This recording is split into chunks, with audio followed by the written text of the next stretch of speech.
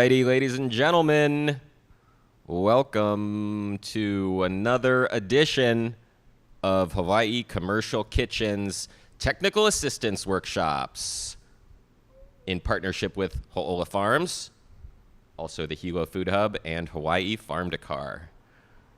Today we're going to be learning about marketing. We're going to be joined by Katie Neal and Larissa Pruitt of Ho'ola Farms. Thanks for joining us, guys. So funds for this program are from the U.S. Department of the Treasury State and Local Fiscal Recovery Funds Program, authorized by the American Rescue Plan Act. And this program is part of Category 4, the Certified Kitchens Cohort Technical Assistance Program, specifically designed to support all of the commercial kitchens on Hawaii Island, especially the 7 commercial kitchen infrastructure awardees from Category 3 of the same grant.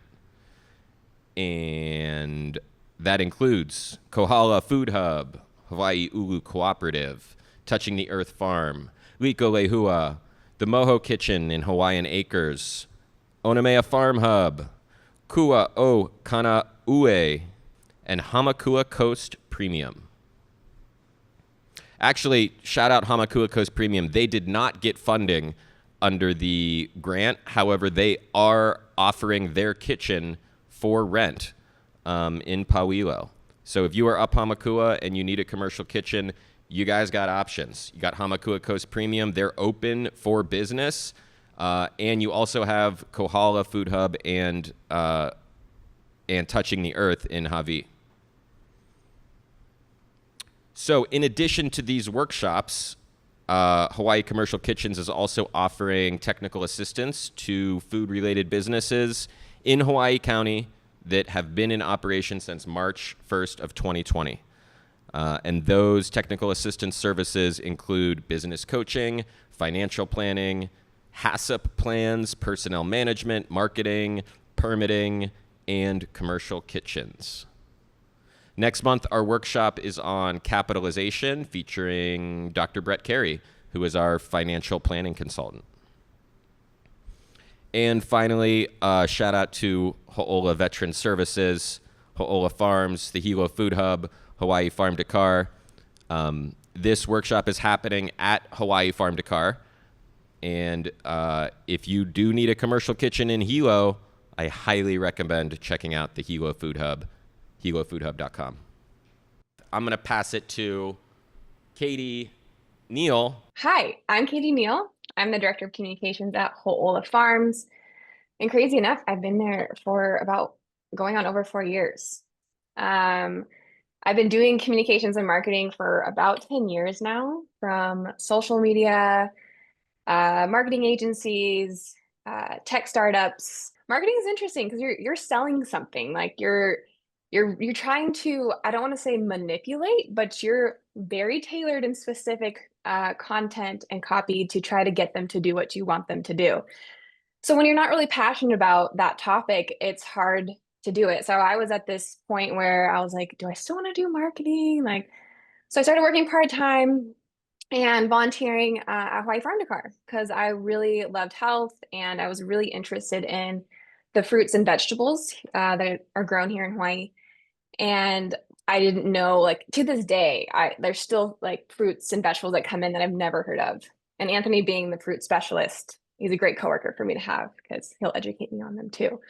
But one thing led to another, and I started working with Ho'ola, and it has been this like perfect dream for me because I am super passionate about, I like marketing, I do like communications, and I really love working with small food businesses, the local food system, and seeing real impact in the community. Like I not only get to share stories and get the word out about classes, but I get to meet the people I'm talking to, which is pretty rare. I'm seeing a lot of names and faces even on this call, which I've gotten to meet over the years. And hopefully if I haven't met you, we'll get to meet soon in the future. So that's how I got into this. And like I said, just really connecting the two hobbies. And in these pictures, it's me, and shout out to Bird and Bee Hawaii. Ho'ola did a collaboration sometimes, and we do classes, and I got to do beekeeping, the things you get to do with The education classes, if you haven't taken one for Ho'ola, definitely look into it, Groundwork to Grow, which Anthony is the program manager of.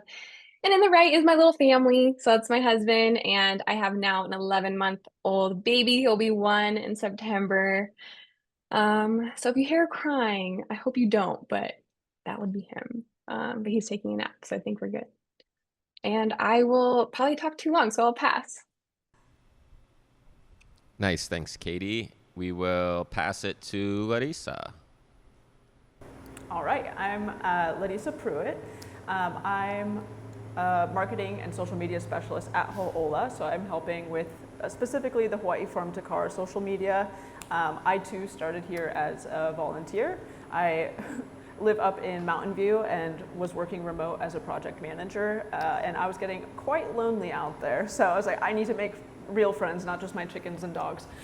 So I started volunteering at Ho'ola and Farm to Car specifically, like I said, and just met the most amazing people. And I myself have over probably 8 to 10 years of experience in creative direction. I was more on the set of productions, and I've done like UGC stuff for content creation. It's always been a passion of mine, but just with life, I went more project management, but Ho'ola kind of brought me back to like my marketing roots, I guess. So just content creation and storytelling and making connections with people in the community is something I'm super passionate about, and Ho'ola is amazing for that.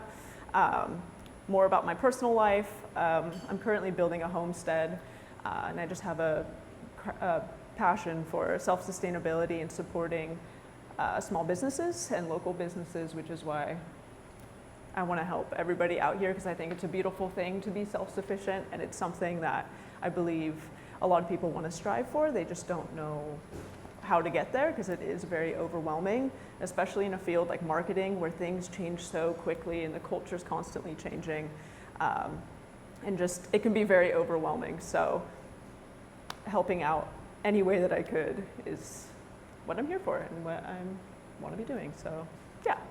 So without further ado, I am going to pass it over to Katie to talk a little bit about marketing. Yay! Thank you. So what we're going to learn today is why your business goals matter before you market, branding basics for small food businesses, how to connect with the right customer, steps to creating a marketing plan, and where to focus your time and energy. Maya, you hit that perfectly. You're like time, energy, and expertise. Like those are both things that you have to think about before you choose an avenue to start doing. Okay, let's start with business goals. So, and stick with business goals. So business goals are what you want to achieve. So there's nothing more painful than watching someone spend a bunch of money building this big, beautiful website, or like tons of branding, or they do paid advertising, but they don't know who they're talking to. They're not even sure where their audiences are, and they're so frustrated because they lost all this money and they're not getting anything in return. So to have a clear goal of why you're doing what you're doing, who you're doing it for, and what you'll be marketing is really important as you get started. Goals guide your marketing decisions. They'll save you time and money, which is really important, as you all know. And by knowing your focus before starting marketing. And God, I love these expectations versus reality on Pinterest or Instagram. So marketing without goals is like cooking without a recipe. My beautiful Olaf, and then I've had a lot of realities come out. So hopefully we'll go straight to the expectation and stay there. But you probably will still get some reality. That's just how it goes. So this is probably something you've heard before, which is SMART goals.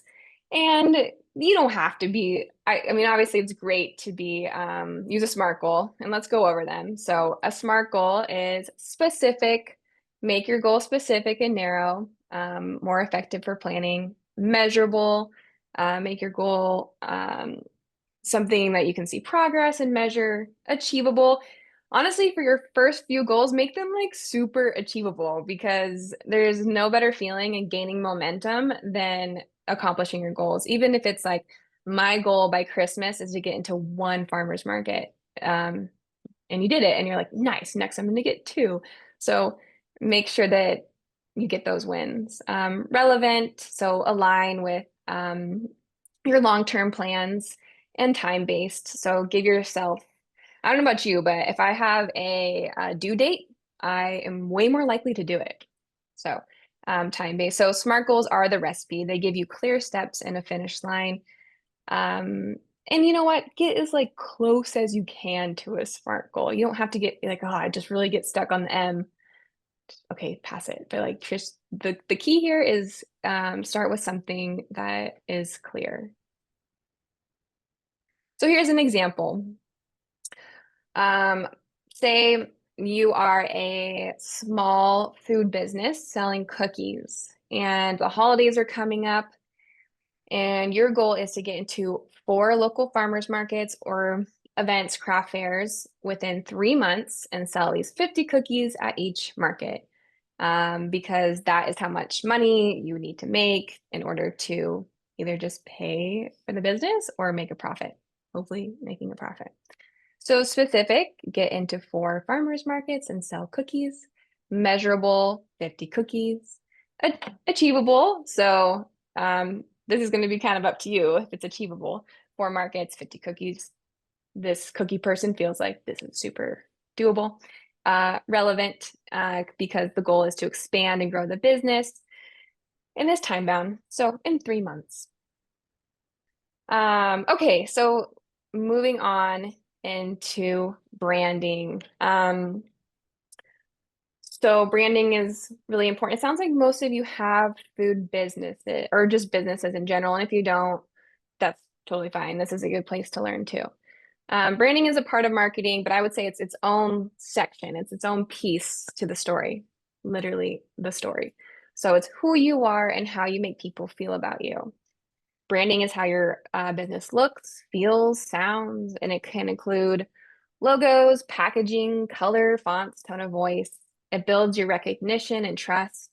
It's also the customer experience. Are you like happy? Do you like what's the feeling they get when they come to see you? Or maybe like you're intentionally edgy and you want people like you want to give that vibe, you know? So it's not just the logo, but it's the feel you get and the expectations you have when you see that business. Something I'll note is if you haven't started a business or if you're going to make a new product, anything that comes with branding is to just do your research beforehand. I think it takes time and money, and you don't want to be unintentionally offending anyone.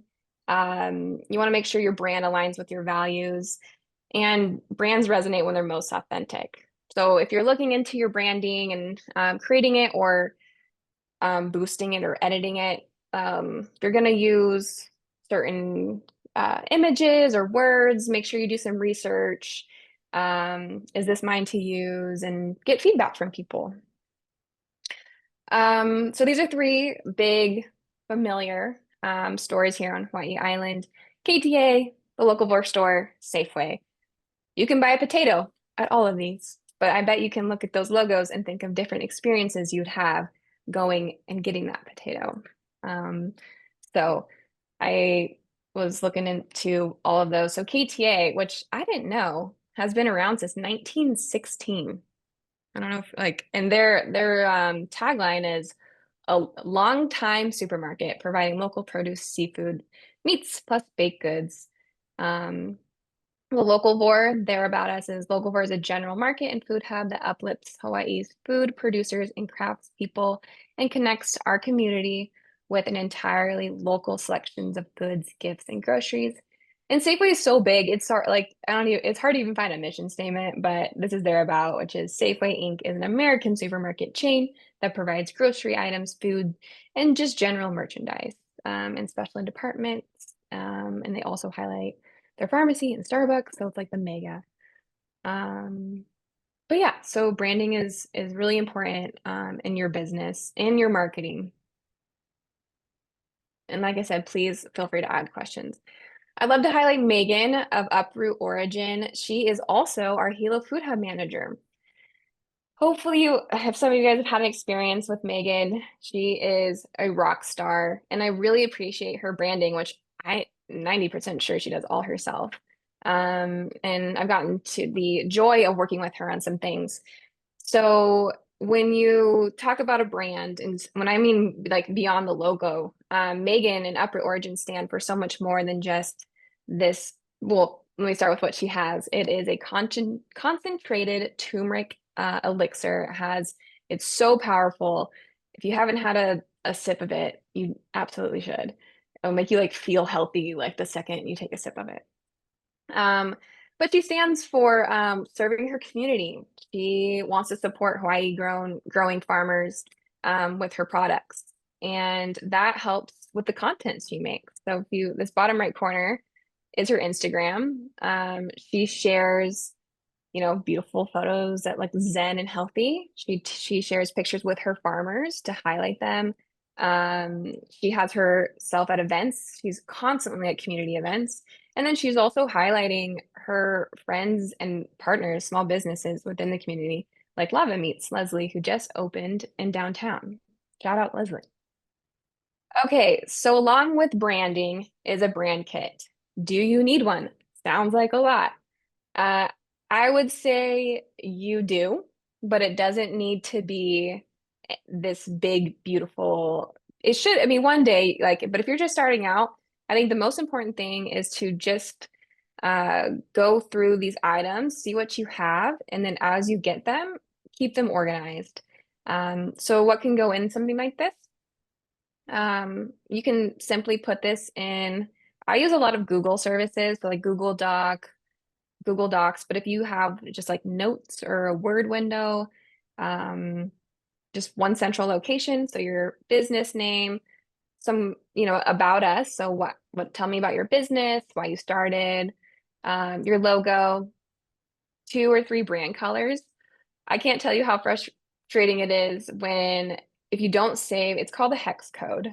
And there's other codes you can use, but the one that I'm familiar with is hex code. So that is basically the code you use to get your color digitally. And if you don't save that code and you spent so much time getting that perfect color you wanted and you love the color, but you didn't save the code, you're just gonna have to go through that color wheel again. And there's nothing more torturous than like staring at them side to side and being like, is it blue or is it just a little off blue? So save your codes. I promise it'll save you time. Same thing Katie, I with have a fonts. question. Yeah. Where do I get these hex codes? Like, can I just say, oh, my colors are blue and red? That is a good question. And actually, I would ask you the resource that you use. You have a good one, Oh, no. right? Pivoting it back to you. Power move. I mean, I like it. So there's 2 different tools I'll use for colors. One is the Adobe color wheel. You can just Google Adobe color wheel. And the other one is Canva. But any design program that has colors and a color selector will show you what your hex code is. And like Katie said, save that code because you're not going to be able to find that exact shade again unless you use the code. it's torturous. I mean, you might, but then you'll realize like, oh, that's just a little off. And I don't know, some people are bothered by it, but if you're not, it's fine. Also, another good tool that I personally have found useful is Pinterest. You can literally just look up like coastal vibe color hex codes, and it'll like give you little groups of colors that you can do with the hex code too. And then obviously you can customize it from there if you want, but it just gives like a nice layout visually. Pinterest is like my savior. So it's really helpful for seeing what colors look good together, because some things you might not think would look good, but they actually do. So Pinterest is a good one as well. Perfect.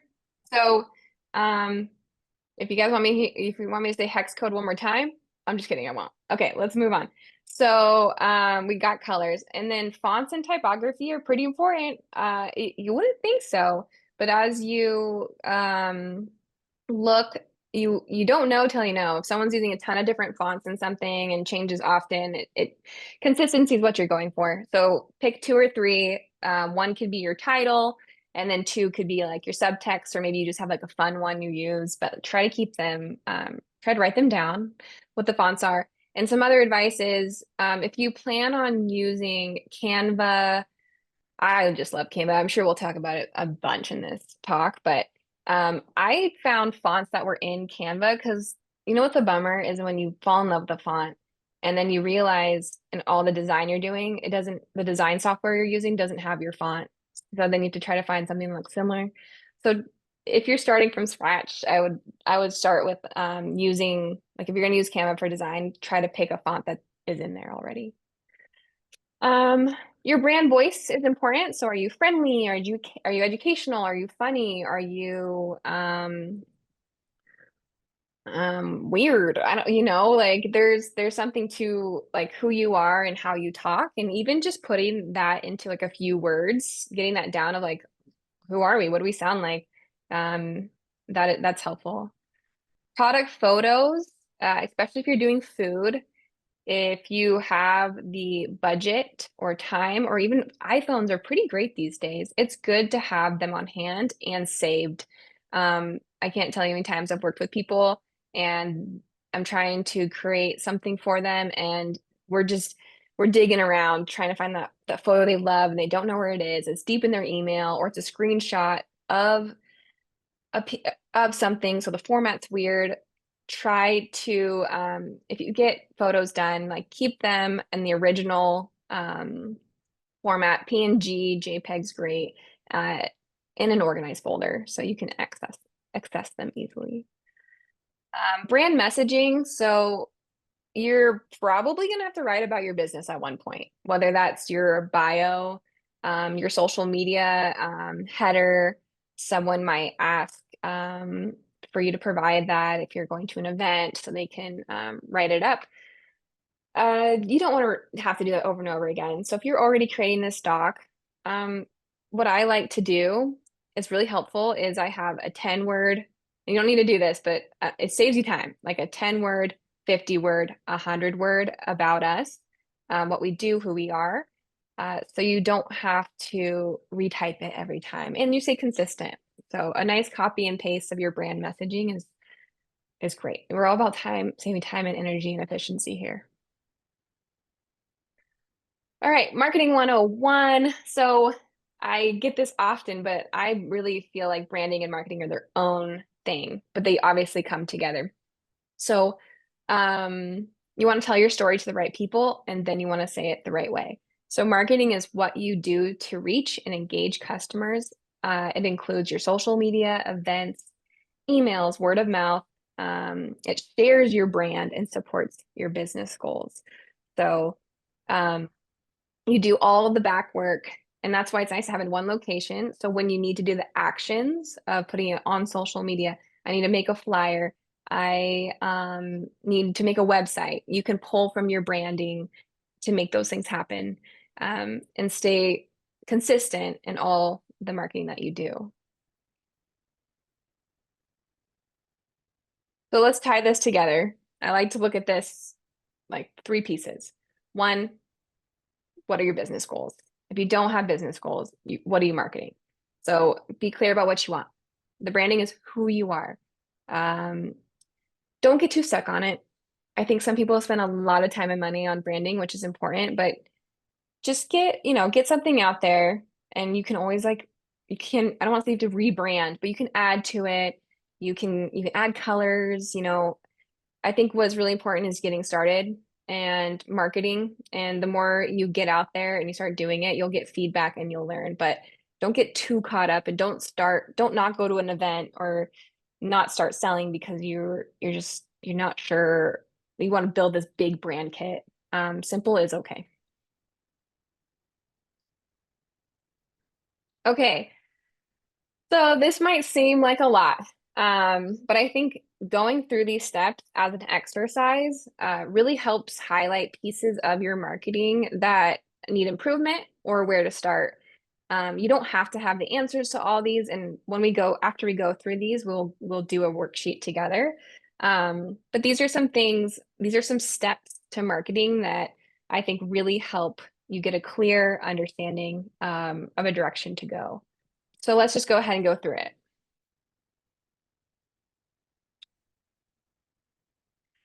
Step one, I've probably said this a million times, but it is so important. Set a clear short-term goal. Pick a time frame, 3 or 6 months, whatever. I mean, obviously you're going for your long-term goal, which is maybe like, I want my business to be in Walmart or Target. That's your big vision goals, but like, chunk out some mini goals to get you there. So make it smart as much as you can. Focus on 1 to 2 goals max. I know many of you have, like I'll take Susan, for example, you sell your equipment and you sell your classes. So I would I would focus on just your equipment on a marketing plan and just your classes on one, and don't try to do both. Not that you do, but you're my example. I don't know if there's any Liverpool fans. We got Mo Salah here scoring a goal. Baller. Okay, ready for the next one. Okay, step 2, it's really good to do some competitive research. You're not trying to copy anybody, but I like to look at people who are far ahead of us, people who do similar things, and people I'm just really inspired by. So the people who are doing things more advanced than you, probably have a lot more money than you. Like, what are they doing? What's working? Like, what platforms are they on? How do they market? So I like to literally I'll go to their website and I'll sign up for everything. I'll get on their email list so I can get their emails. I'll look at their checkout. I'll go through their checkout. And you can do this for anything. You're kind of just becoming a customer of theirs and learning how they market to people, what works and what doesn't work. And then you can look at it from a product standpoint. So who else sells what you sell? What do they inspire? What makes you different? So like, how could you market yourself differently from maybe a potential competitor? They can be competitors or inspiration. And look for gaps you can fill. So I'll use Hawaii Farm to Card as an example. It is an online farmers market for anyone that doesn't know. And it's a tricky one because we use a platform called Local Food Marketplace. So one of our friends, Hawaii Farm, FarmLink Hawaii, which I think they do an excellent job over in Oahu. They use a different software than us. So it's hard to compare what they do because there's just capabilities we can't do. They got things that we just couldn't do because we have this software issue. Well, it's not an issue. We can go into a whole different beast with that. But they do things really well. Their marketing's beautiful. So shout out to them as inspiration. And then I found someone from the mainland who uses the same software as us. But they're doing it really well. And they had really good downloadable PDFs and guides, and they just saved me so much time. And because I knew what I needed, but I could kind of pick ideas from them. I'm not competing against them. They're like in North Carolina or something, but they're similar to my product. They're similar size to us. And I got a lot of inspiration and things I didn't even think about. Like they had this great video on like how to be a volunteer. And it was like a video of what they do. And it just gives you ideas and like what would be helpful. So yeah, do some competitive research before you get started. It saves you a lot of time too.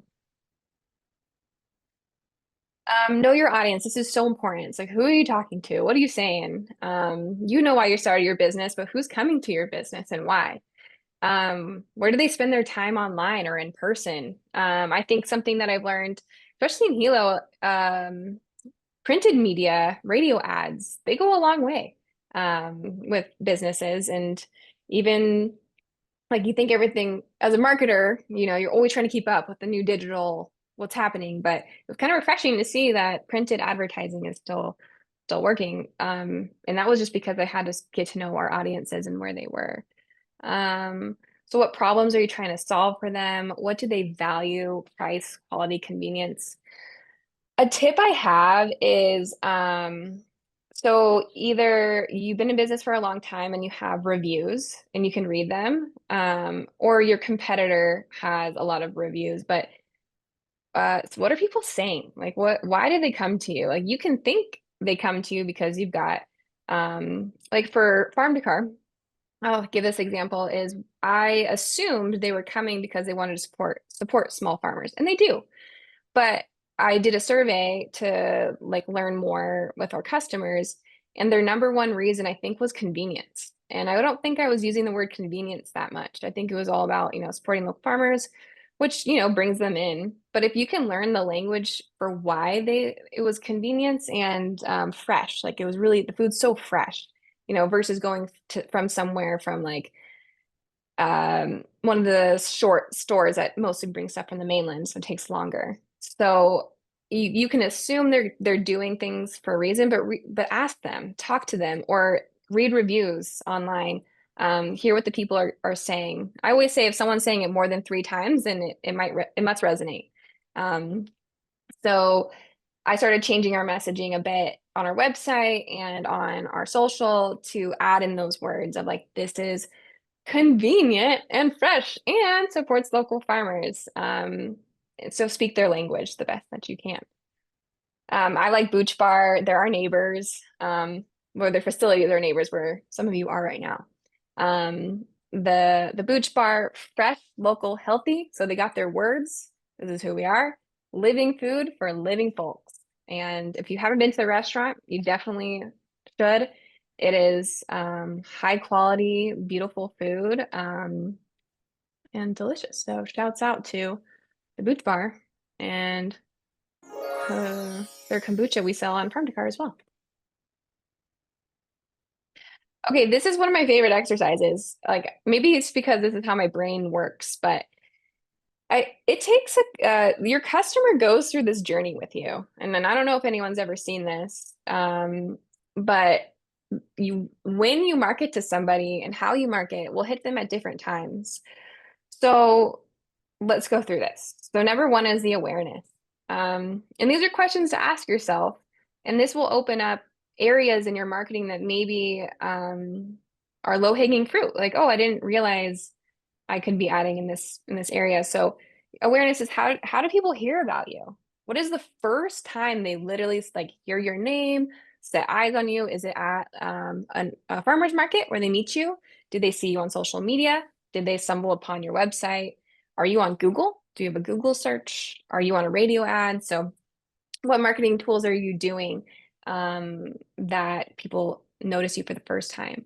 And statistically, it takes people about 7 times. It depends on what you guys have, but to make a purchase, to see your name, your logo, and this could be definitely different for someone who's at an event seeing you. But I think maybe even specifically I keep using Susan because I know your business so well, but maybe someone wants to take the B class, but they're just like, that's a lot of commitment. I got to look at her site a lot. I gotta hear her. And then it's the reminder, maybe it's another email. And by that 6th, 7th time, they're like, I'm taking this class. So there are a lot of touch points that are helpful in someone converting.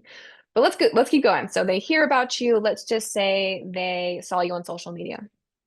And then they're considering it like, this is a cool brand. I'm going to go to their website and check them out. Or maybe they're going to visit you on Yelp. Maybe you're like a food business and they're going to look at your reviews and your photos. So like thinking about where you are and making sure those spaces represent you well. And if you go through this experience like they will, then it'll be more eye-opening of what you need to be working on. Maybe they follow you on social media. Maybe they sign up for your newsletter. These are all things that they could do to consider working with you. And then conversion. So they place their first order, they go to your restaurant, they buy your class. Retention. So orders again, returns to your restaurant. They like you. And then advocacy is where you get that referral program going. They're starting to they're sharing you on social media. They refer their family and friends. They're writing a review about you at this point. They're big fans. So going through this exercise alone, I think, is helpful to just see what am I doing in these stages? and where are some gaps that need some filling. Okay, and then choose your marketing channels. So you don't want to be everywhere at once. And that's why it's kind of good. I like competitive research for this too. I always start with seeing where are people I'm influenced by or my competitors, what platforms did they choose? Like they have a great following. They must have, there's a reason why they're not on Facebook and they're only on Instagram. You might already have been in business for a while and you can see where your people are showing up more often. I would try to not pick too many. You don't really like just be whatever you can show up for consistently and it fits your time budget and matches your brand.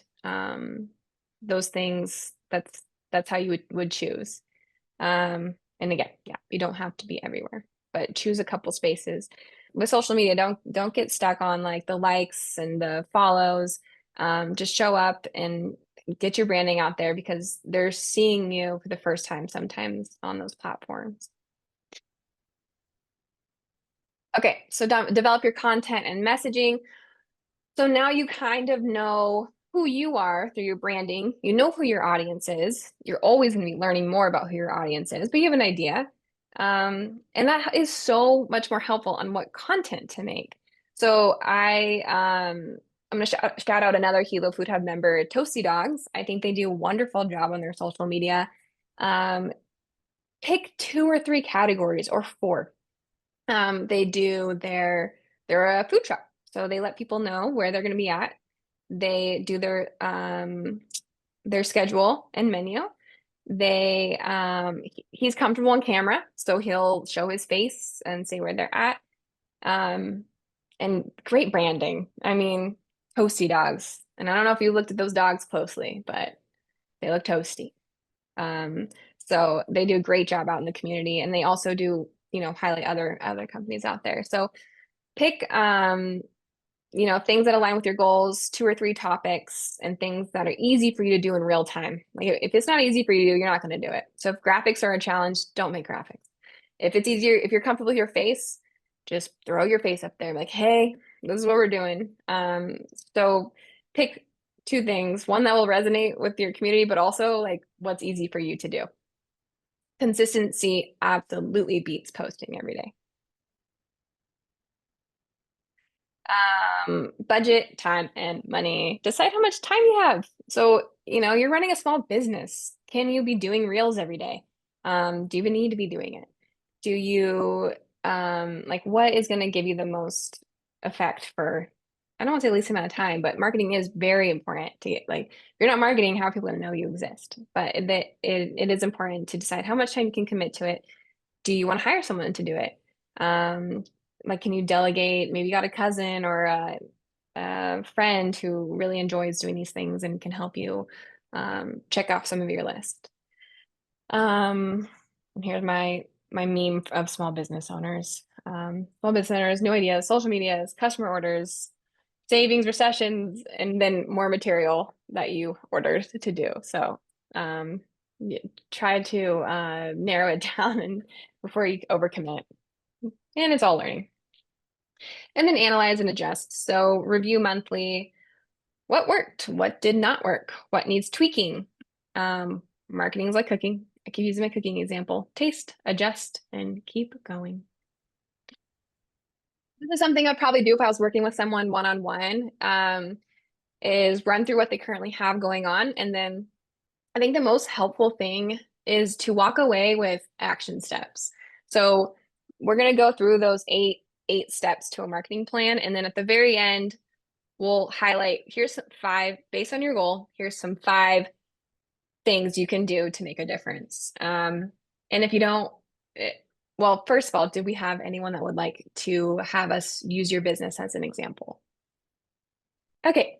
All right. So we are working with Susan, Burden B, Hawaii. And Susan, you don't have to have a really specific goal. This is not like officials, but can you give us a goal that you might have for the next 3 or 6 months? To increase, to increase the number of tours. Number of tours. And are these farm tours? Yes, I do a bee tour. Oh, nice. So these are tourists who or locals. Are they tourists or locals? And they come and see the farm? Yeah, the bee tour consists of a class, and then they get to get into suits and go into hives and actually handle the frames of bees and learn more. And then there's a honey tasting at the end. And then I talk about the variety of different types of honey on the Big Island, and also the difference between big box store honey, which is usually not even honey at all, and the importance of going to your local beekeeper. Education. Okay, great. So increase the number of tours. So if you think about how many you're doing now, what is the number you'd want to do to not only you can actually do it, it's attainable, but what would be one that'd be profitable as well? So is there it can be an average, but do you have a number in mind of how many tours? And then in maybe 3 months or 6 months time? Maybe I get about 4 a month now, but I don't really promote it right now. People just kind of find my website. But I'd like to increase it to, say, 6 to 8 tours a month instead of 3 or 4. And then to do passive, kind of more passive marketing, just because I don't have time to really focus on the marketing. Yeah.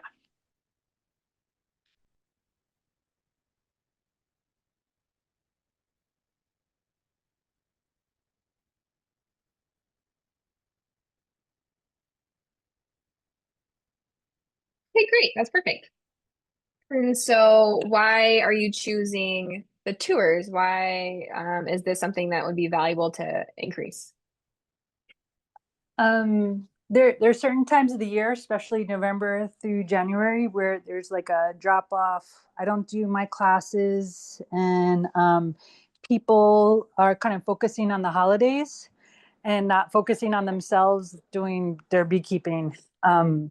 So the tours are a great way to kind of keep educating people and still have an income stream going on, because I am 100% dependent on my beekeeping business. That's perfect. Yeah, it makes a lot of sense. Okay, so let's check in on the branding. I know you have lots of branding, and this would be under Bird and Bee, correct? Yes, Bird and Bee Hawaii. Okay. Bird and Bee Hawaii. Bird and Bee is it's a paint store in Georgia, because I looked into the trademark. See, do your research, people. Yeah, exactly. Okay, so you have a logo, you have colors, do you have fonts? I do. Do you have, I'm guessing it's on your website, so you have a couple blurbs about this tour specifically, right? I do, but I haven't really that I kind of have to fill out more. I've never really focused on it a lot. Like I focused on my classes more, I think, and then the store part of my website, but not on the tours. Great. So that would be a good thing to start with. And then 3 to 5 words. So when I think about that as like brand personality, I also think about that as far as like SEO, Yelp, Google. So like 3 to 5 words would be like beekeeping education, honoka. So 3 to 5 words that would describe the not only brand personality, but the experience they'd be getting. So I'm just gonna put some examples in here for you. Bee, would you say it's beekeeping tour or farm? How would you describe it?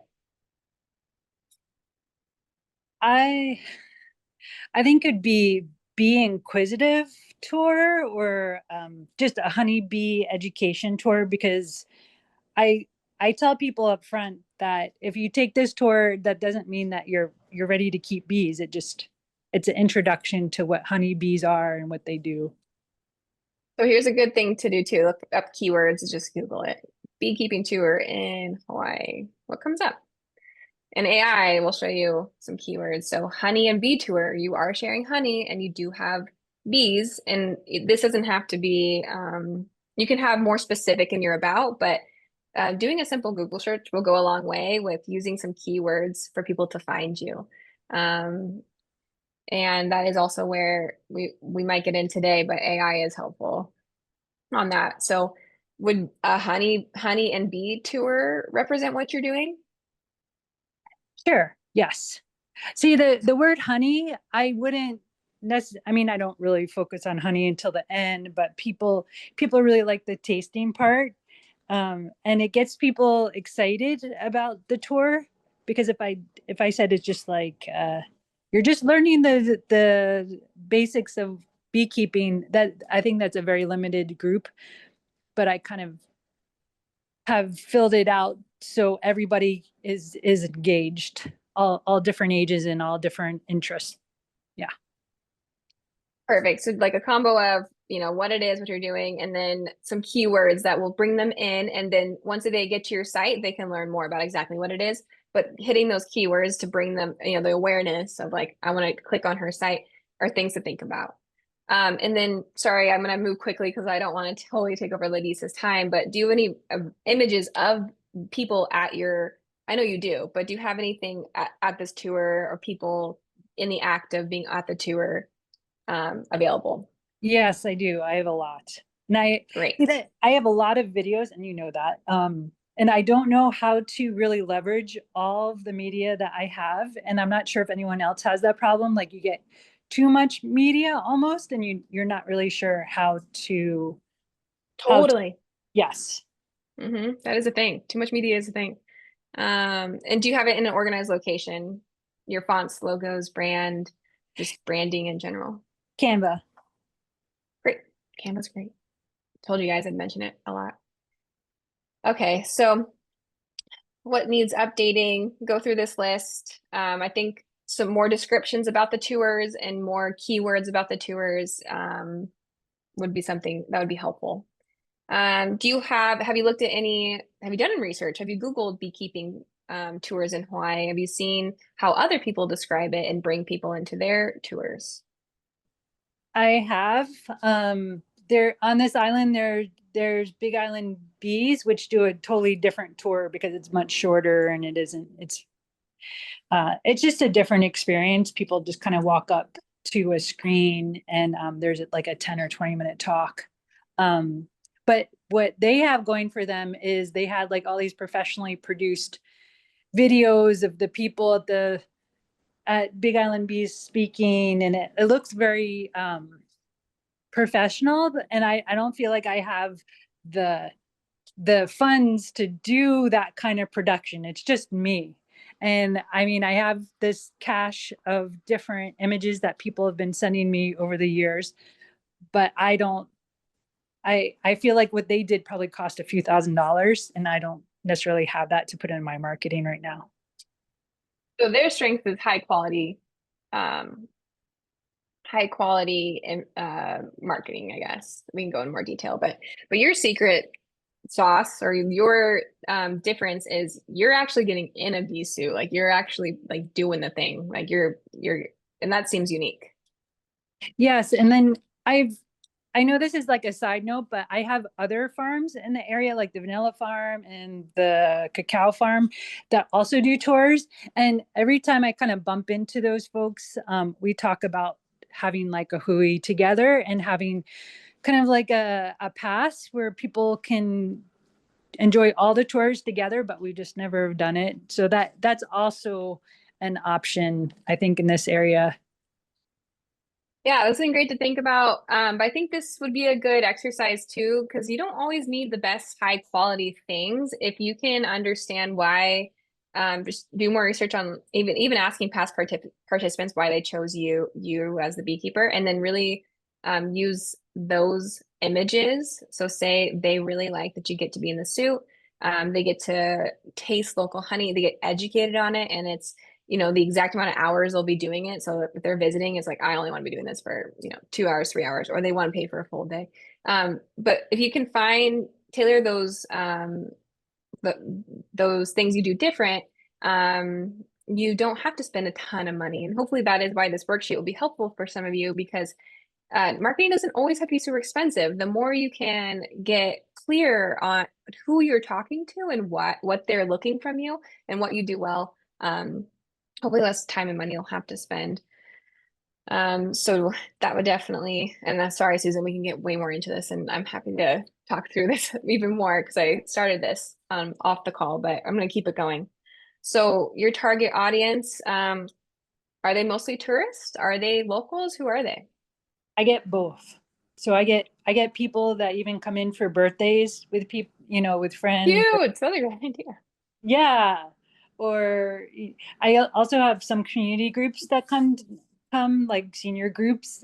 That's really enjoyable. So I get a little bit of everybody. Right. So, I mean, you would probably talk to these groups a little differently, tourists versus your local, like, have an event here. That could be its own flyer, birthdays. Do you know how they find you? Like, is it a flyer? Is it on, you said your website? A Google search. They all say Google search now. Google search. And what do they find most valuable about their time with you? Is it the experience, price, quality? I don't know. I ask, but I think it's the education part. A lot of them don't expect to learn about bees so much, but they really enjoy that part. Anthony, how are we on time? Because I don't want to derail everything. Should I put a pause in it, or should we be going? I'd say run through it quickly. Okay. You said they're currently hearing about you just by a simple Google search. What could you do? So how could you find more people? And you don't have to have the answer. You're looking for, probably looking for ideas. Have you shared about this at all on your social media? I have in the past, but not recently. So probably at least 6 months ago. I also could go to hotels, I think, and share it there with rack cards. I could probably post on different Facebook pages. I'm I gonna think say look at competitors too who are doing it well. What are they doing well as far as getting the word out? Some are on, like, let's just say we're talking to tourists, they could be on the what to do in Honoka'a, and there's a whole website there, and get on their list, or what to you can boost your Google search. So looking at kind of what some of your competitors are doing, I'll give you an idea of where you could start too. But even if it's just social posts, and like you said, getting your flyers out to the hotels nearby, that's something, like, just add to a couple other ways people can hear from you. And then if they're considering you, they go to your website. yes, I'm also on Airbnb experiences and TripAdvisor, but people just go to my website now. They don't even go to those sites. Okay. And then if they can just purchase on your website. Yes. Yep. All right, great. And then do you have returning? Do you have people coming back to your tour, or would you try to get the locals to take a class? Some people return. There's also people that refer others. What would you like them to do? Refer others.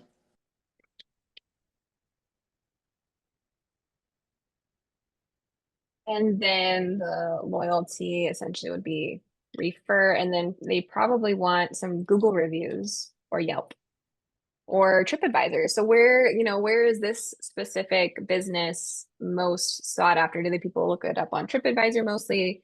I don't know if Yelp is the one. Would it be Google reviews? That might be where you really want to pick one of those avenues where you're most likely to get seen. And that's how these things all connect to each other, because that's going to bring your awareness even higher, is if those loyal customers fill out a review in one of those platforms, wherever your customers are. I mean, I'm not sure if other people feel this way, but I mean, you might have great conversations with people, and part of that great conversation is not asking. It's like you're asking for something, but I mean, usually I think of asking for a review after the group has left or after the people have left. Yeah. Have you ever done an email follow-up? Is that something you could do?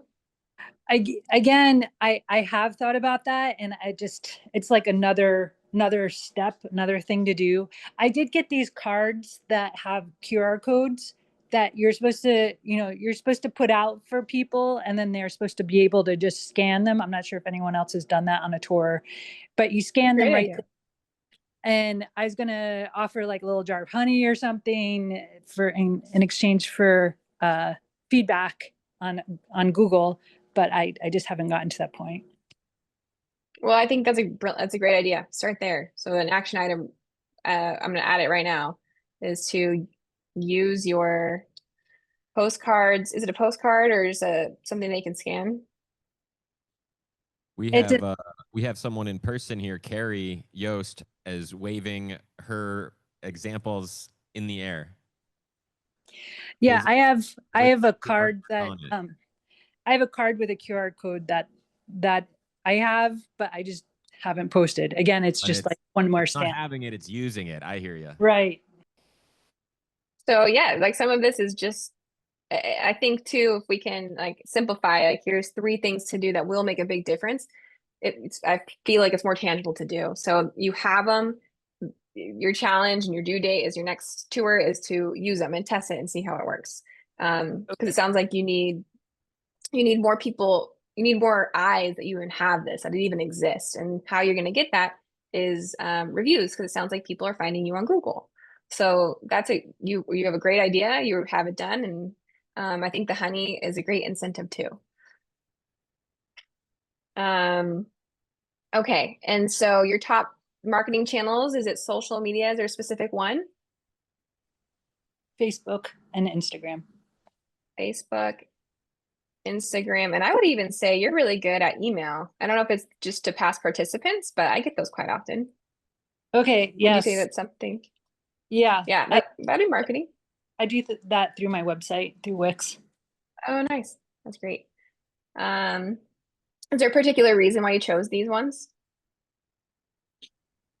I think I'm old school. That's great. I would even say, sorry, did you say it's Google reviews that people find, like Google My Business? Yes. Okay, I would consider that a marketing channel. So Google My Business. What type of content? So I think this goes back to learning more about why people decide to take your tour. And I would break them up into say you have 3 groups. I try to narrow it down to 2 or 3. Because we have plenty of different people in reasons why they take our classes, but it's hard to talk to everybody. So I would say there's a tourist group, there's a local, like maybe community group, or just like there's a lot of locals from other islands when they come. Oh, okay. Yeah. Other island visitors. So you would say, and then I'm just gonna put the birthday group. Event group. That's probably better. Event group. So I know you don't have a lot of time in the world, but if you could just write a couple notes for each one of like either what you've talked about with these people in the past, or reading reviews on if you have reviews, or you can even read reviews from other beekeeper tours. But like, or you can just start with guessing, but asking would probably be better. But why would a tourist want to take this class? Maybe why would someone from another island want to take this class? And then why would someone choose this for an event? You can guess, but if you could try to get some feedback, that would be great. Even reading your own reviews, and then you could communicate those things through your social post. And when you work on your about the class, those are some of the words you would use. And even maybe break it up into those 3 abouts. Like, are you a tourist or are you visiting the island? Like, maybe you can combine the 2. And then, are you an event? Are you looking for a great class to take with your business, like I do business, like let them know that you accept that and you do that on your website. Is it already there? What's that? Do you tell people that you can take like groups like business events or I don't. yeah, so just even mentioning it would go a long way. Okay. I know you, as you mentioned, the time, like the task, but I think if you could go through this and see, like, it is definitely worth my time to give out those QR code postcards because I know in the long term, that's how I'm going to get my goal of getting more people into my tours. So that's worth my time. Get writing the about copy for this specific program that or not program, so we start our programs, but this specific class or tour that I do will go a long way because I can reuse it for my website, for a flyer, and for social media. And then, you know, if you're saying you're getting 3 to 4 or 2 to 3 and you get closer to your goal, if you get your goal, yay, that's amazing. What you were doing is working, keep doing it. If it didn't work, you didn't get to your goal, maybe it was too high or you'd have to adjust from there. So use your postcard. I would work on your I'm going to say about us, about the tour copy. Get more familiar with your audience and why. Gotta move this thing, sorry. And why they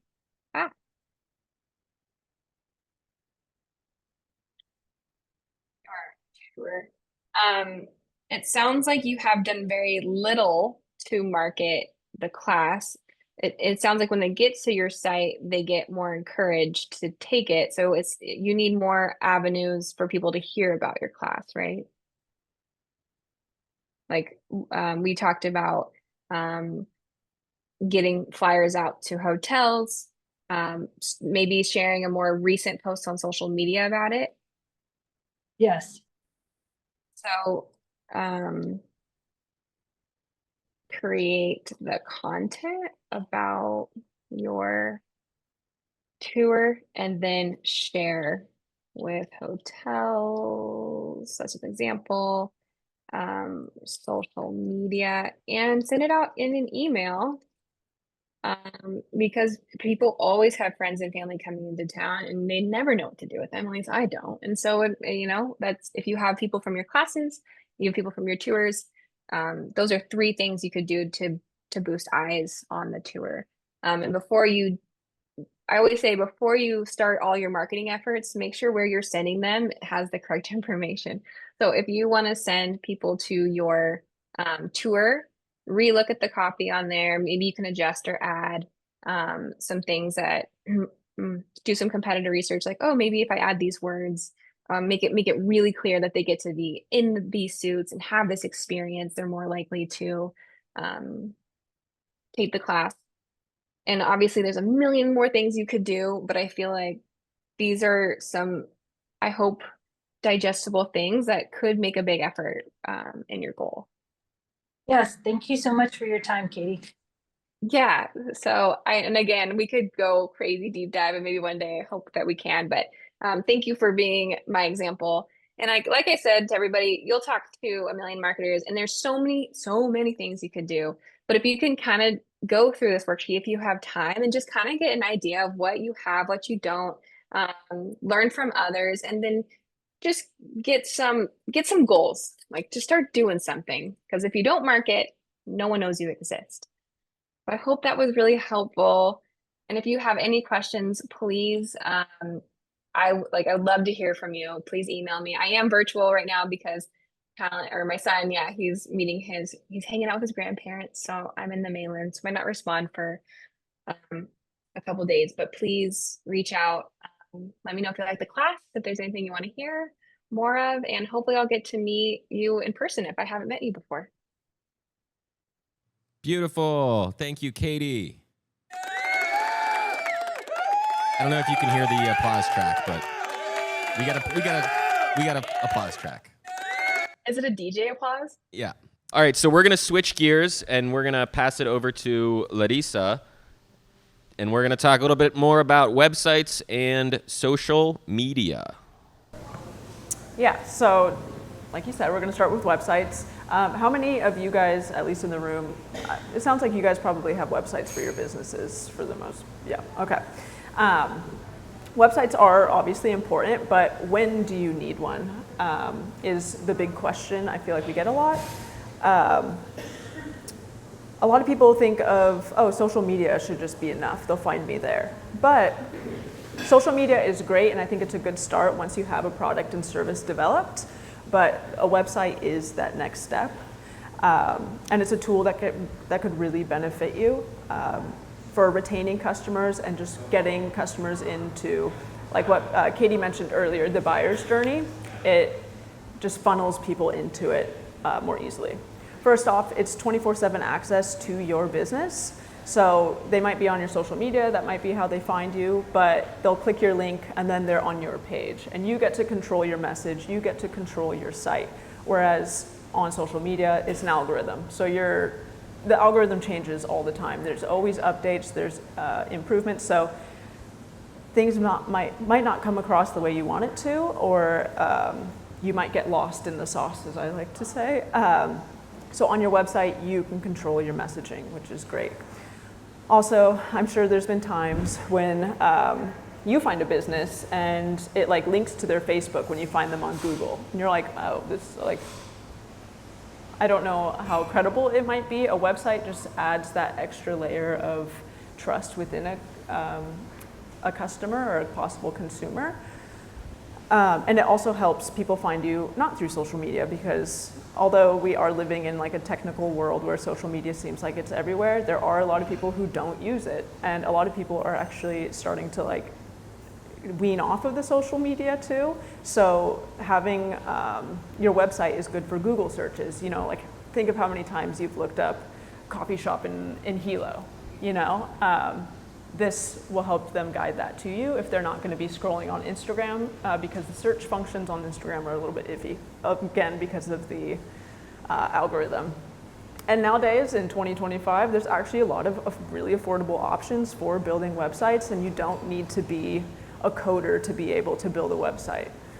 There's plenty of different platforms that you can use or programs that make it really accessible, and even if you're not a techie person, with a little bit of YouTube University and a lot of these websites offer pretty good tutorials, you can get something up and running and get customers driven to your products or services.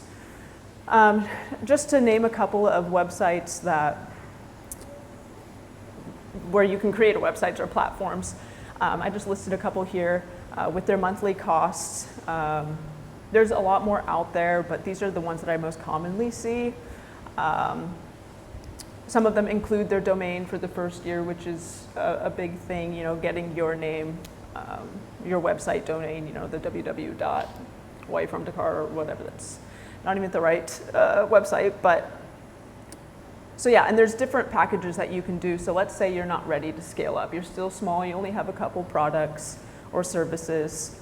That's okay, you don't need anything crazy. There's lower packages, and then when let's say you want to scale up, like, hey, I actually am really, I need to grow, I have more customers that are coming in, I want it to look more seamless, then you can upgrade. You know, you don't need to be overwhelmed with like, I need to get the biggest and the best and pay all this money up front. You can, you know, grow as you go. And even like Weebly is one of the cheaper ones that I found, and it's super basic, like even just a one-pager website that you can link to on your socials.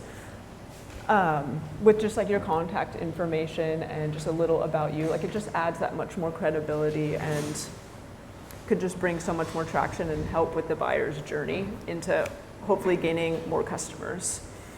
And it also depends on what you're doing, right? So, you know, some people are selling physical products and some people are doing like the tours. So some platforms are better for certain things, like Squarespace is more service-based CSA events, just because of how they are optimized.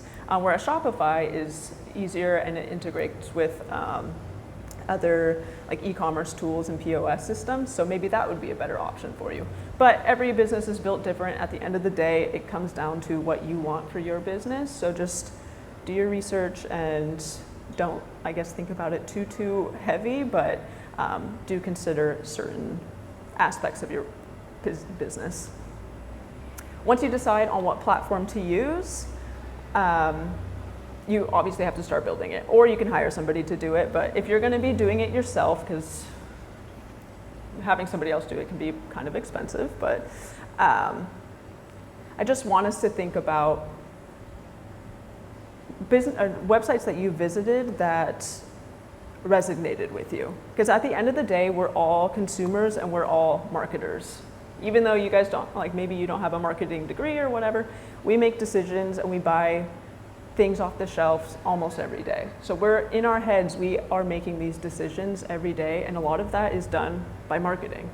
Like you might be a Kikkoman buyer for soy sauce, or you might be a Aloha brand. There's a reason why you grab one over the other, and a lot of times it's like, oh, this is what my family used, you know, and you're not going to veer away from it unless something changes your mind. So I think that's a good way to look at it. And when you're running a business, or not business, a website, or thinking of building one, I would recommend going to other websites or thinking about websites that you recently purchased something on, and think about, why did you go there? How did you get there? Did you find what you needed easily? And how did the site make you feel? Were you like overwhelmed? Like, I don't even know where to click. Like, I'm trying to buy these special chips and I'm so like clustered by what's all in here. And what actions did you take? Did you end up buying? Most likely, if it's a cluttered website, you're not going to purchase. So thinking about that when you're building your own website can save you a lot of time and hassle. So just put yourself in your consumers or your target audience's shoes and try to build it from there.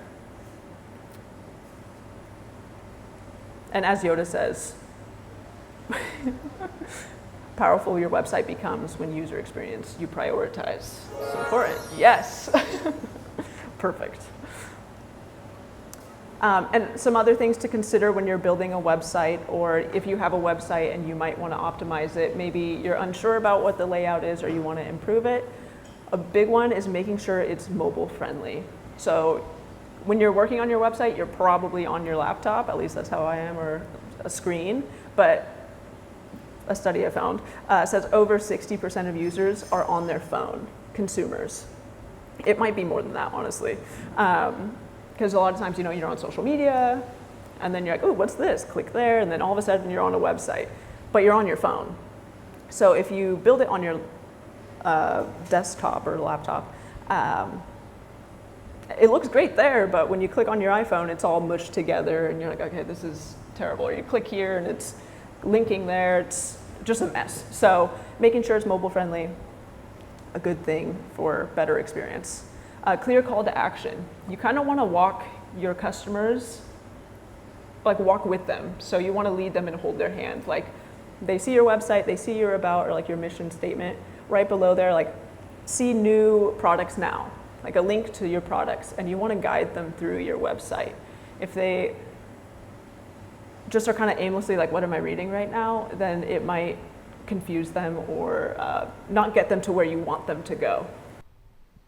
I just want to reiterate this point. It's so important, and it's especially for websites, but for anything you're doing when we're talking about your own small business and specifically sales. Like, you need the call to action, and a lot of people take this for granted. So this was like really driven into my psyche when I sold Kirby vacuum cleaners door to door for 2 weeks, like 20 years ago. A lot of people, when you get into door-to-door sales, it's really uncomfortable. And a lot of people don't ask the homeowner to buy the vacuum. You'll go through the whole spiel.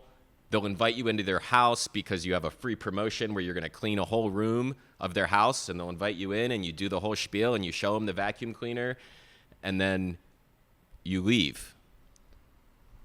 If you don't ask them to buy the vacuum cleaner, they're not going to. And special trick, this is super simple. You can ask them to buy 2, and you can get twice as many sales.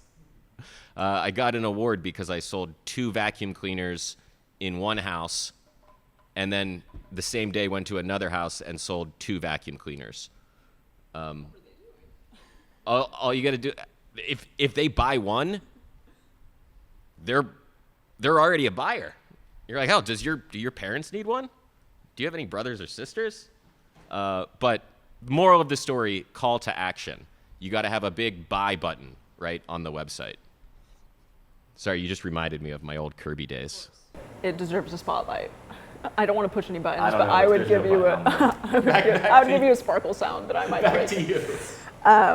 Yeah, I think I would say it may seem obvious to you because you are in your business, like you are your business, but you take a step back and put yourself in the consumer's shoes, and I think that's super helpful when creating even content or anything. Just don't assume that they already want to buy it, or ask these things, you know? It goes a long way. Also, easy to read product and services lists, huge. Katie mentioned clear photos, good quality photos. Your iPhone or whatever smartphone that you might have is plenty. Really, it comes down to lighting a lot of times, and just making sure it's not cluttered. We'll get more into that.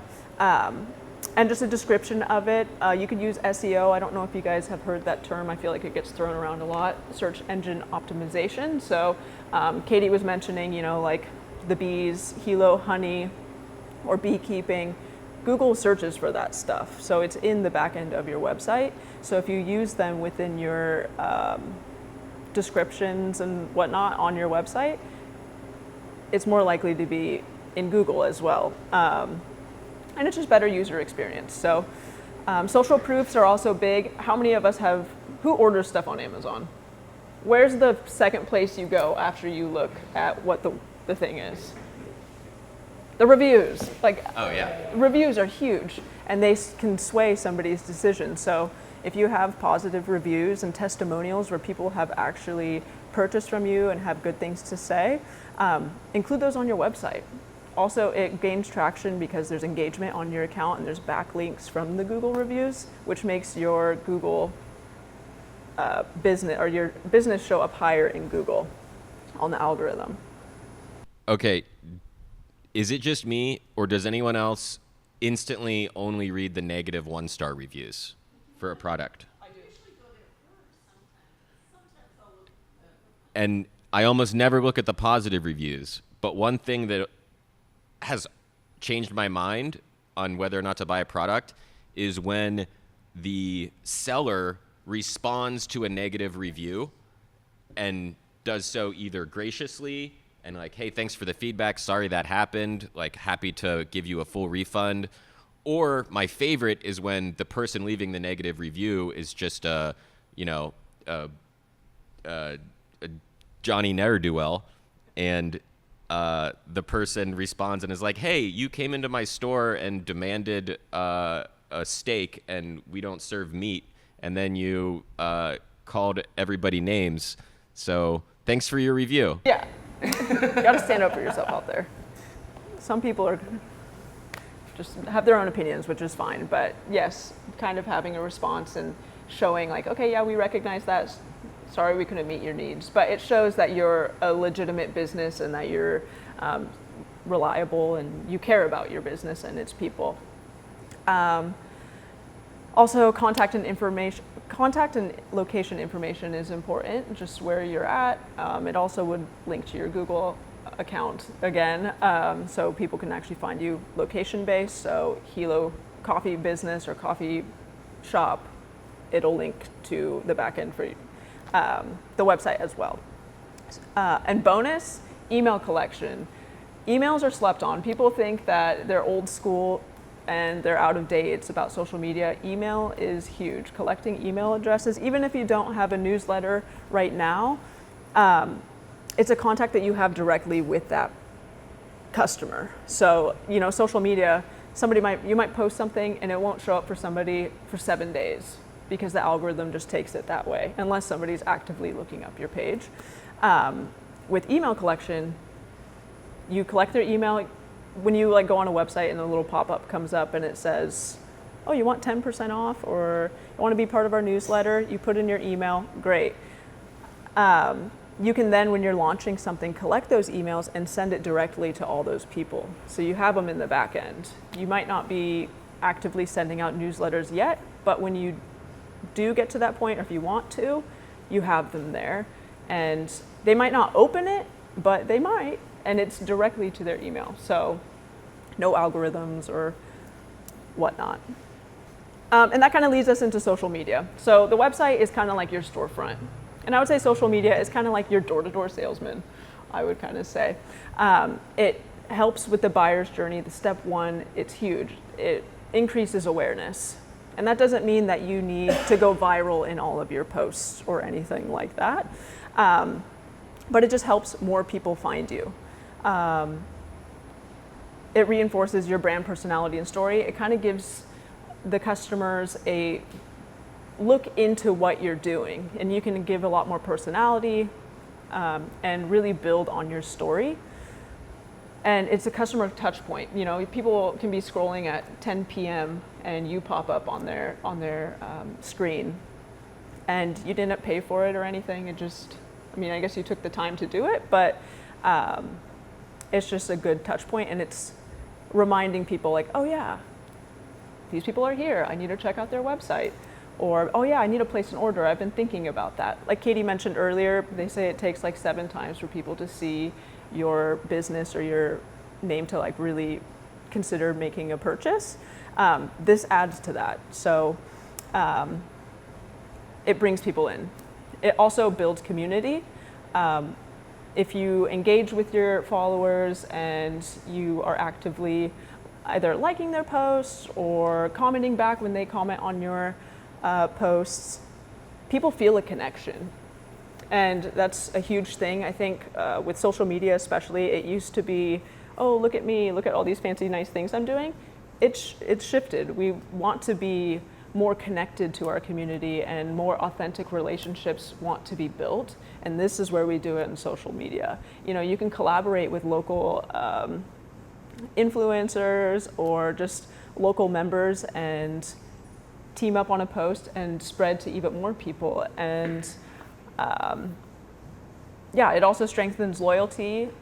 You know, I'm sure everybody has an account that you're like, yeah, I love when they post. Like, you're looking out for their stuff, which is huge. And that's going to get people to keep coming back to you. Like the Kikuman and the Aloha soy sauce shoyu reference. You're loyal to that brand. You don't even think about grabbing a different one when you're at the grocery store, because that's the one that you and your family use. You're loyal to them. So social media, making posts and creating your personality can strengthen that loyalty. And again, it directs people to your website. So now you can just link your website in your bio. People can be scrolling and be like, oh, I want to see more, and go to your website to do that. Platforms, a lot of questions about this is, which one do I do? I can't do them all. They all take time. They're all a little bit different. The algorithms work in different ways. Which one's right for me? Well, if you have a solid business strategy or marketing strategy in place, you should know who your target audience is. And each platform kind of gears towards different audiences. So Instagram, it's a lot of like millennials, Gen Z, young families, market shoppers. You know, it's reels, posts, carousels, more images. And then there's Facebook, which is usually older demographic, parents, aunties, uncles, local families, a lot of communities and different groups within Facebook, and for like events and shared posts. TikTok, younger generation, although reaches a viral reach potential, and you can get older audience in it, but it's less likely. And then there's YouTube Shorts, or you can do long form as well. There's some, I would say some like successful people on YouTube who do long form, but that's a journey. It's not easy to do. For Instagram and Facebook, that's always what I recommend to start with, because they're both under Meta and you can cross post pretty easily. So you can use Meta Business Suite and make a post there, and it'll go to both accounts simultaneously, so you don't have to go into each individually and upload them that way, which is a time saver in my opinion. Yeah, so I think that's always a good start.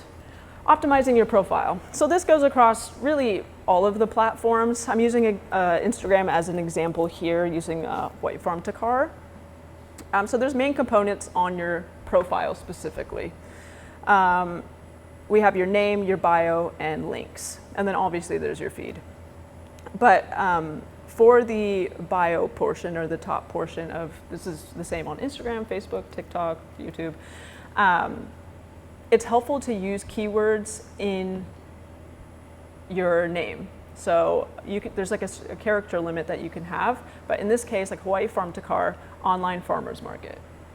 It's easy, so when people go on our page, they can see exactly who we are and what we are, just based off the name. It also helps with the SEO, search engine optimization, within Instagram itself. So if somebody goes into Instagram and searches farmers market in Hilo, this could potentially pop up. It does.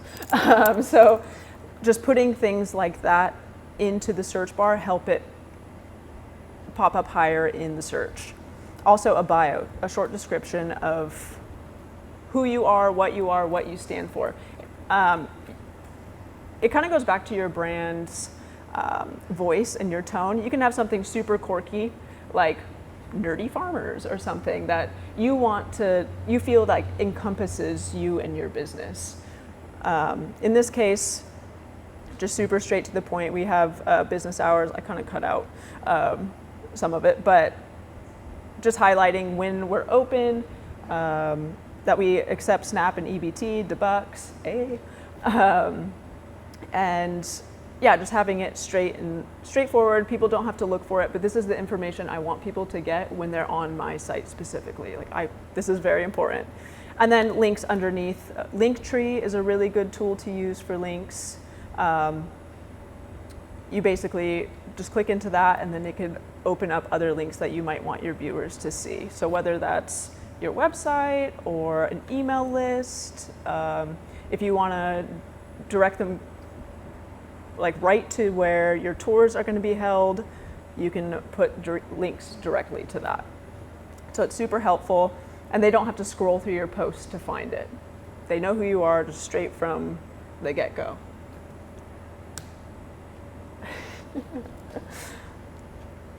Making quality content is big. So here are some do's and don'ts. Posting consistently is helpful. If your account is active or more active, you're more likely to get pushed to more people. Using natural lighting, this is huge. Just take a look at what's going on in your picture. A dim light photo of your, mountain apple versus a beautifully glistening mountain apple next to a leaf. It looks beautiful. People are most likely gonna want to buy that and eat that, Keeping videos short and engaging. We all know attention spans are a lot shorter nowadays, so we don't need to be making these long form videos and posting them and all of that. Keeping videos short and sweet is sometimes good. With sprinkling, if you want to make longer videos, by all means go ahead, but sprinkling those in is always good. Show behind the scenes processes. People want to feel a connection to you. They want to feel like you're a person, or they're doing something to help a bigger cause, or something that they're passionate about. So showing who you are and your personality can go a long ways and builds that loyalty that we discussed earlier. And again, clear clear call to action is important as well. If you want somebody to go to your market, put it in your post. If you have updates, say go to the website to see more. Just direct them to your site, or comment down below, or tag a friend if you want them to see this. Ask them to do it, and they likely will, or are more likely to. And be authentic to your brand. People can see through maybe people who are trying to do something and not actually living up to it. And it just makes creating content so much more fun if you feel like it's a part of who you are or what you want that business to be. If it's true to you, it'll come across that way as well. Some don'ts. Don't aim for perfection. Sometimes, like, you want to line it up perfectly. You want to have like the best transitions. If it takes you 3 days to make a post, or sometimes it doesn't even go out because you just don't think it looks good, it's fine. You can grow and learn for next time, and you're not going to learn unless you actually do it. Obviously, don't use poor lighting, or cluttered backgrounds is a big one. Just kind of clean it up. You know, you want it to look presentable and look good. Yeah, unfocused videos that don't really make sense. There's editing apps that you can use where you can cut your video. So like if you are doing straight to camera, you could just cut it up and just make it the message, because sometimes I ramble when I make videos, even right now probably a little bit, but you can easily edit that out, and just don't overthink it. And sometimes it's just better to post it and put it out there, and it might do better than you would think. Don't post without context or captions. Captions go a long way. It helps with the algorithm for one. Just putting certain words within your caption will, let's say, let's use the cookie reference. Let's say your customer has a cookie obsession and their page is just filled with cookies. If you put cookies in your captions and keep doing that, the algorithm's gonna connect that you have a cookie account. So you're gonna share that cookie account to that cookie lover. So the algorithm is picking up on the user's habits, and when you put in keywords, it's gonna likely push it to that person. So if somebody's looking something up, or like sustainable farming, if you often talk about sustainable farming, the algorithm will learn that that's what your account is kind of about, and it's going to push you to those people who are interested in that kind of thing. So if you use certain keywords, people used to use hashtags. Hashtags, at least on Instagram, have kind of lost their relevancy. Now it's just words, so it can read your caption. So hashtags are still good to use, because I feel like Hilo specifically, they use them a lot. So if you do use them, they get picked up. So that's always something to think about. All right, now into certain posts. So organic posts is probably what most people would be doing on their day-to-day. They're free. It's just what you share on your page or profile without paid promotion. It's good for just like behind the scenes, building trust and long-term relationships, coming up with ideas that work, what doesn't work. It's seen by followers and the network through shares. It just keeps your business at the top of mind, and content can go viral naturally with strong engagement and algorithms, so it could be pushed to a big limit, but I wouldn't want to say it's less likely, but it's doing it organically. You're not paying or putting in ads to do it. So this is probably what most people would be doing, especially if you don't have budget. Like, organic posts are great. They don't go unseen.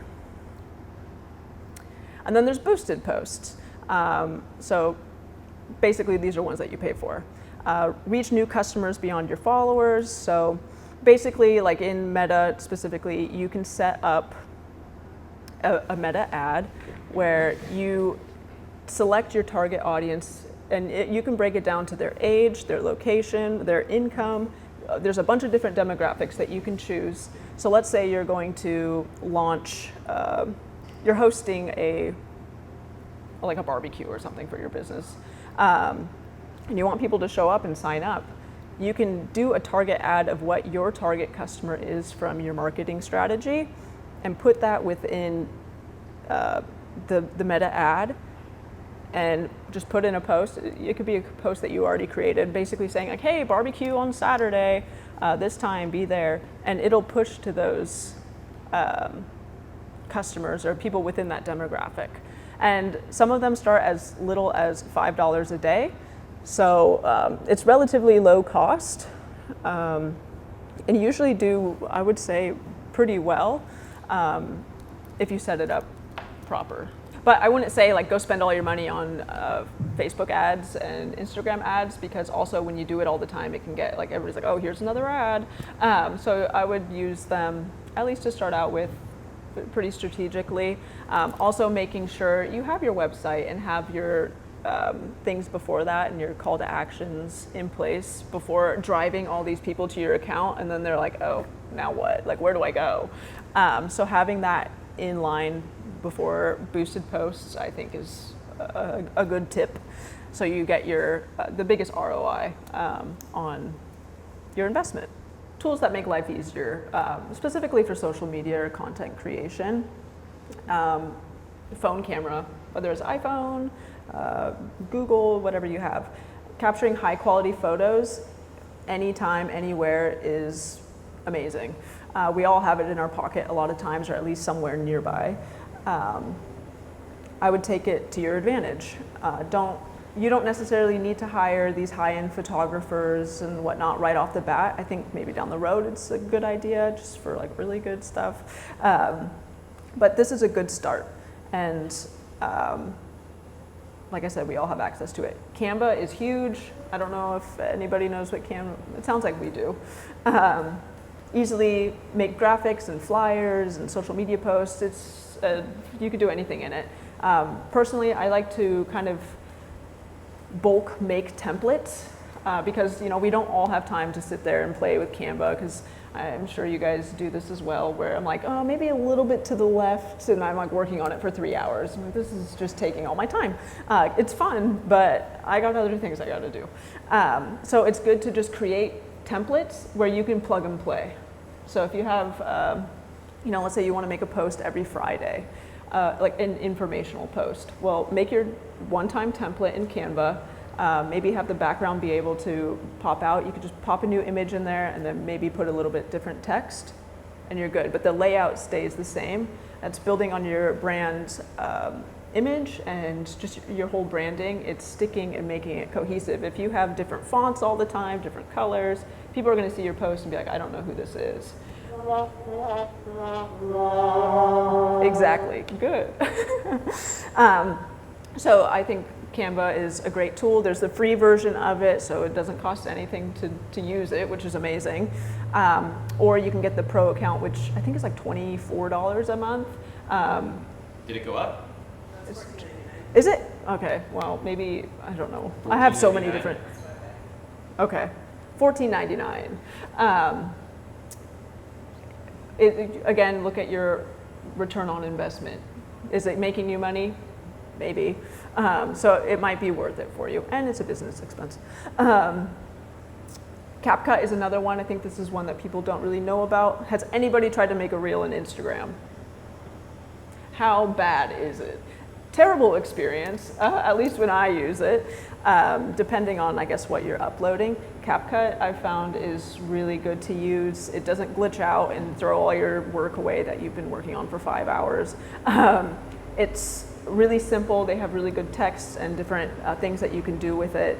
I've found it to be great. That's what I use for all of Farm to Car and my own personal and other businesses that I've helped. Management tools are also huge. So you can make all this content, but you're just kind of posting it in the dark if you don't track your analytics on the back end. Meta Business Suite is huge if you're posting on Instagram and Facebook. You could just get it, download it for free if you have a business profile.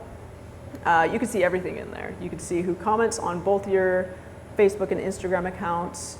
You could schedule posts. This is huge.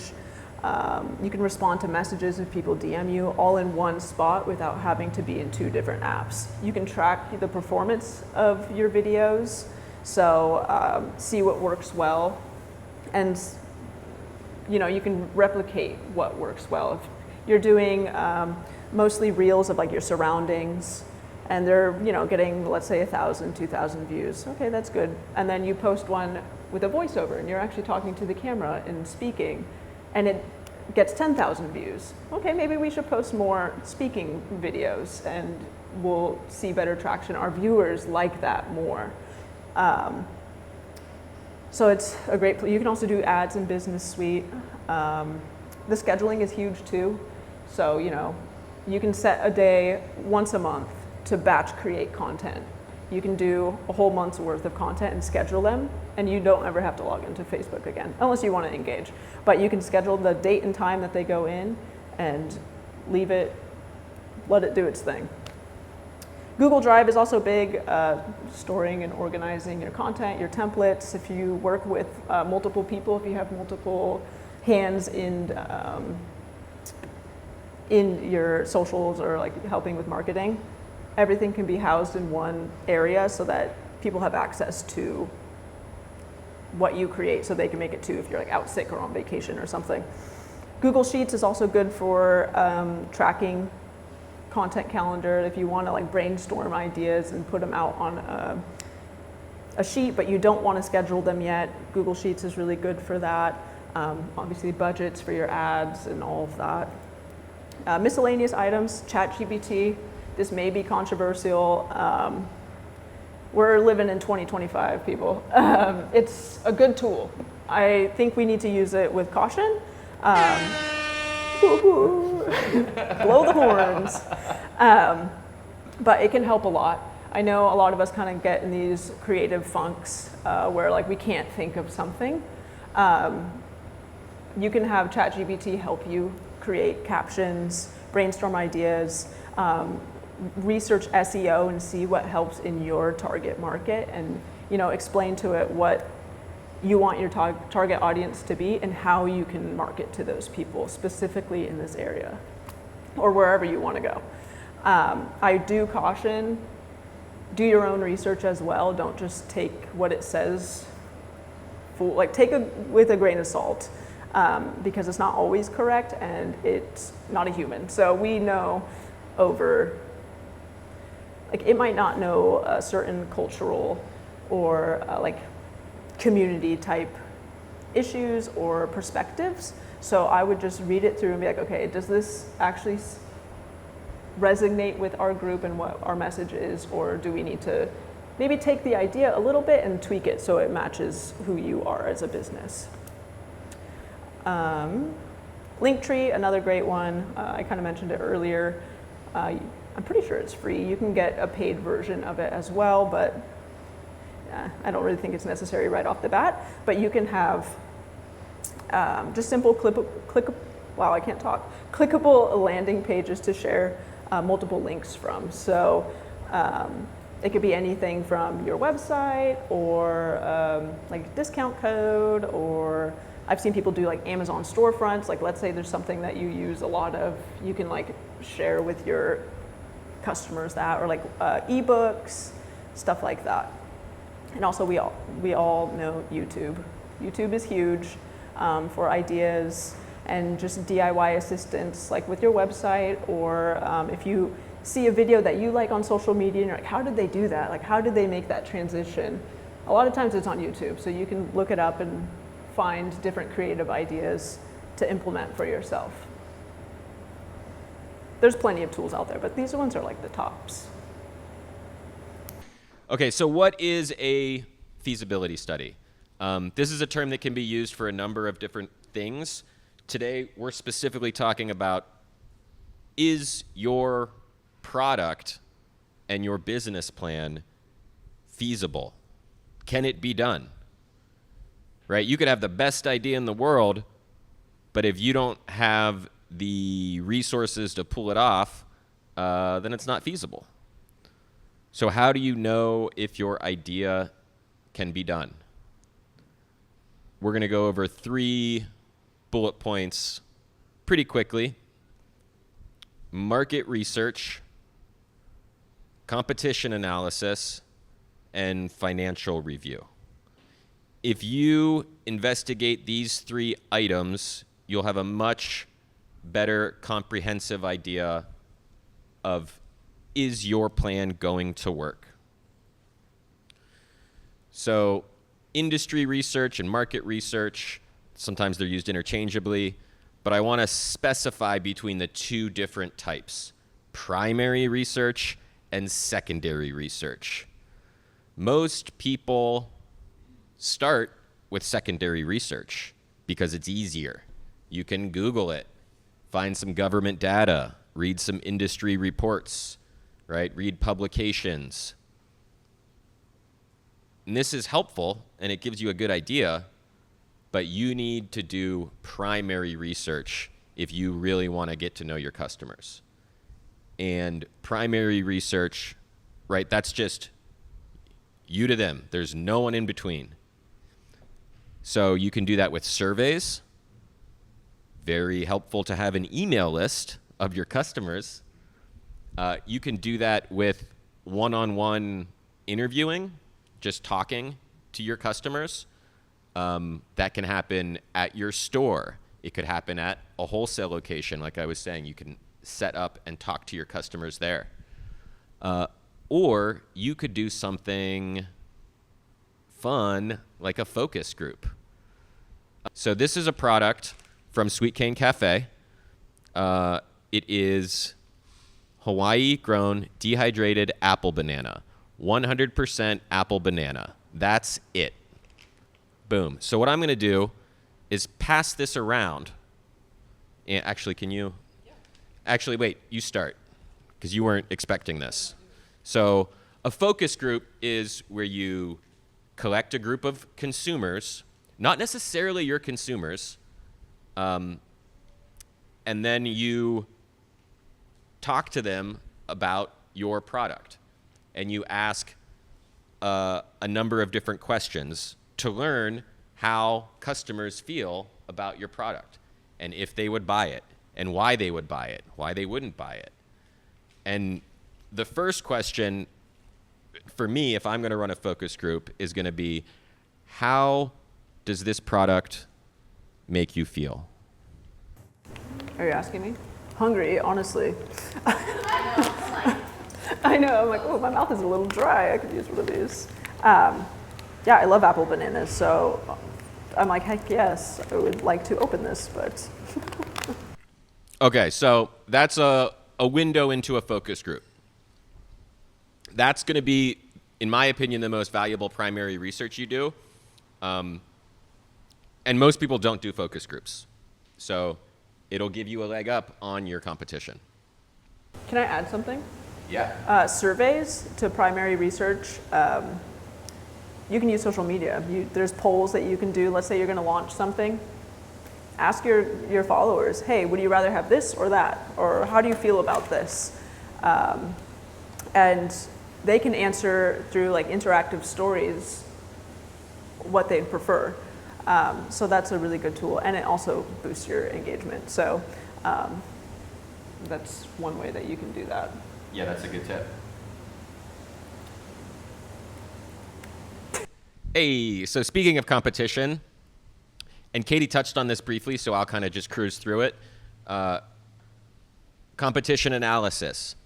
And Katie talked also a lot about looking at different competitors on a national scale to see what they're doing. But what I'm talking about in terms of feasibility is you want to know if it's going to make sense for you to enter the market with your product. So you have direct competition and indirect competition. Let's go with bananas. Direct competition, other dried bananas. Maybe freeze-dried bananas also could be competition. A fresh banana is, I would call that indirect competition. But like fruit by the foot is indirect competition. Other similar sized and style of snacks, right? Why is somebody going to decide to have some delicious apple bananas versus fruit by the foot? So you may have not thought, oh, fruit by the foot is my competition. But in a way, they are. So it's important to know what the other options besides your product are. But specifically for us here on Big Island, you want to know, I would have a list, frankly, of every other local company that's making these bananas. And I would want to taste all of their bananas. And you could even do that in a focus group, right? You can have your banana unlabeled and competitor bananas unlabeled and give the folks like a Pepsi challenge. And you can find out, do people prefer mine in like a blind study? And then another point that's really important to understand is the more competition you have, the lower your profit margin is going to be. And this is the rule of economics. So if you are the first person to come up with a product, you don't have any competition, you can charge whatever you want. Then somebody's like, oh man, that person's making a bunch of money. I want to do what they're doing. And then somebody else enters the market and you have competition. And guess what? They're going to price under you so that people buy their product instead of your product. The more people that come into the market, the more the price gets driven down until there's only a tiniest fraction of a profit margin available. And what happens then is you have very large corporations taking up all of the market share because they're the only ones that can afford to sell dried bananas and only make 3 cents. Okay, last slide, financial review. And we're going to dig really deep for the next 15 minutes into a bunch of spreadsheets and financial analysis.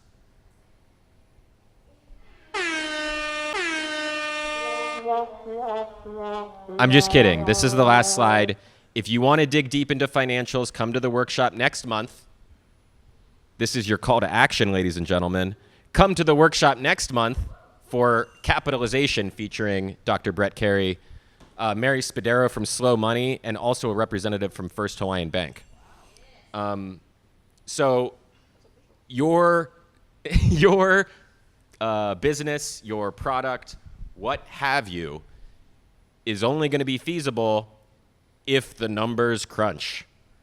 If you don't have enough funds or resources to make your dream a reality, then you got to find those resources, right? If you are selling these apple bananas for $5 and it turns out once you crunch the numbers, you realize, oh man, this is actually costing me $5.15 to make when I factor in all of the time, right? My employees that I'm paying, the packaging, the bananas themselves, and my overhead. If you're losing money every time you sell a product, it's not feasible. So you'd have to raise your price, right? And those are things you can learn in a feasibility study on the financial side. The break-even analysis, this is something you're going to want to do as a startup. If you've never done a break-even analysis, you can still do one. But this basically helps you figure out how many of your product you will need to sell before you recoup all of your startup costs and initial investment. Meaning you're not going to have any money to put in your pocket until you pay all of the money that it costs you to make the product in the first place. So that's your break-even point. So up until you hit your break-even point, all your profit is going to cover the startup expenses. Then once you hit your break-even point and you've paid off your startup expenses, then your profit margin is actually profit. And you're going to want to do cash flow projections. If you have historical data, you base it on that. If you don't have historical data, you're going to do some research. And you're just going to have to choose some numbers.